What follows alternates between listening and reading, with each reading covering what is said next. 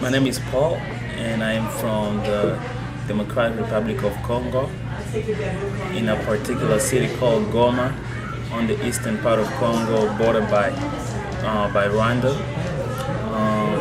I left Congo in 1999, and I came to San Diego. I've been here in San Diego since then, and I'm a senior now at SDSU, majoring in French and social work.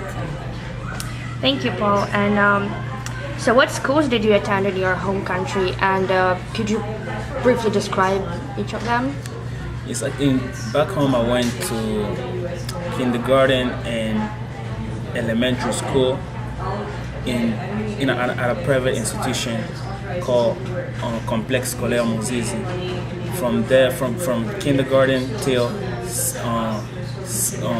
equivalent to sixth grade. That's when it's the French system where after kindergarten you go to primary school from first till sixth, and then you move on to secondary school, start again from first, second, third, fourth, and sixth. That's when you get your diploma, your high school diploma. So I went to the private institution from kindergarten, and I finished primary school over there.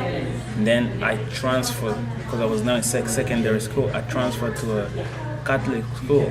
It was called College Mont. It was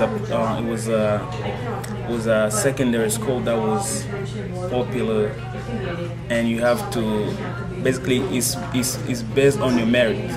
You cannot be accepted if you came from primary school with lower grades. You have to have good grades in order to put your application in. Because although they say it was free education, but the education wasn't free. We used to pay by semester. Although it was a small portion, and it's supposed to be a public institution, we pay a small portion. And so from there, I spent 2 years of my secondary, and after that, I moved over here. And when I came over here, I restarted secondary school. I started basically in the 7th grade, and then so on. Yeah. Okay, thank you very much. And did you have any computer science or informational technologies classes in your school? I didn't know.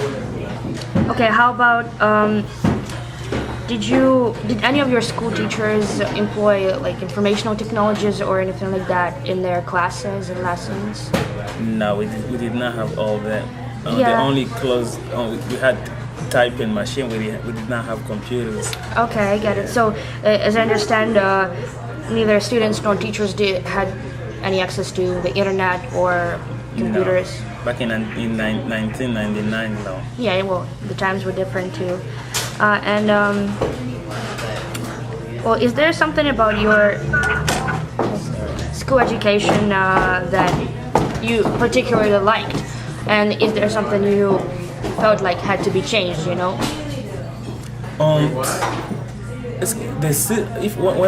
I compare the educational system over here and back in Congo, it's very, very different.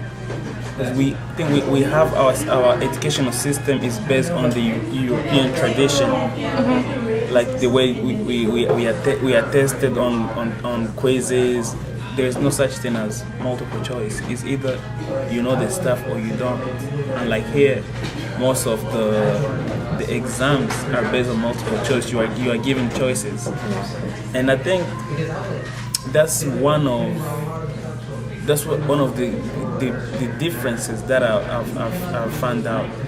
And another difference is that in this educational system in the Congo, we don't read a lot.